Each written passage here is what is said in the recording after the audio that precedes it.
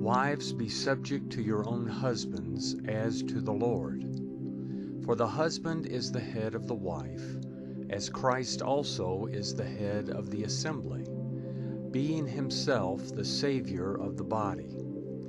But as the assembly is subject to Christ, so let the wives also be to their own husbands in everything. Husbands, love your wives even as Christ also loved the assembly, and gave himself up for it, that he might sanctify it, having cleansed it by the washing of water with the word, that he might present the assembly to himself gloriously, not having spot or wrinkle or any such thing, but that it should be holy and without defect. Even so, husbands ought to love their own wives as their own bodies. He who loves his own wife loves himself. For no man ever hated his own flesh, but nourishes and cherishes it, even as the Lord also does the assembly. Because we are members of his body, of his flesh and bones.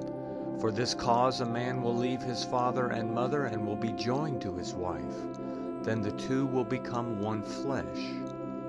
This mystery is great, but I speak concerning Christ and of the assembly.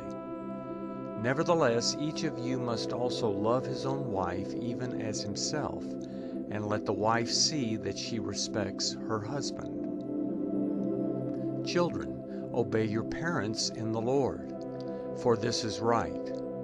Honor your father and mother, which is the first commandment with a promise, that it may be well with you, and you may live long on the earth.